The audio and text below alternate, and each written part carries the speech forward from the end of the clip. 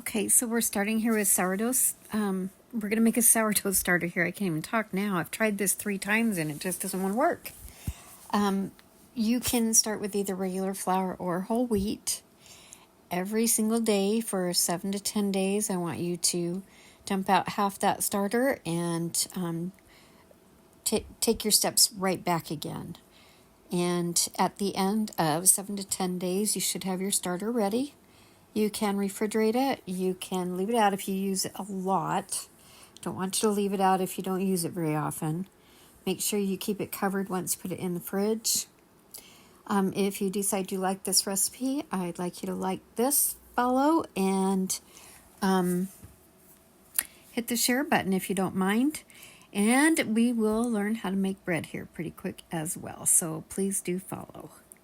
Thanks, guys.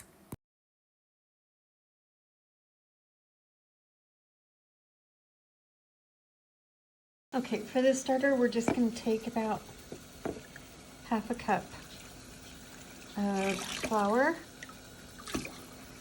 and probably about 3/4 of a cup of water, and we're going to mix that in. I want you to mix that in well, and I want you to leave it uncovered for a good 24 hours. I will say if you use wheat flour, it's going to bubble faster. I don't have any wheat flour available, so I'm just using regular all-purpose. But if you do need to cover this, cover it like lightly with a paper towel, and make sure you've got that in a glass jar. And we're going to let that set for a good 24 hours, like I said, and we're going to check it tomorrow about the same time. Okay, so this is day 2, and you notice that liquid on top. And we're going to get rid of half of this. So we're going to dump half of it in the garbage. Okay. Then we're going to add another half cup of lukewarm water. And I'm going to just say about 3/4 of a cup of flour. Okay. Okay, I want you to mix that in good. And once again, we're going to leave that at room temperature for another 24 hours.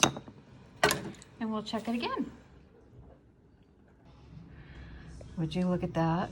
It's obviously been bubbling.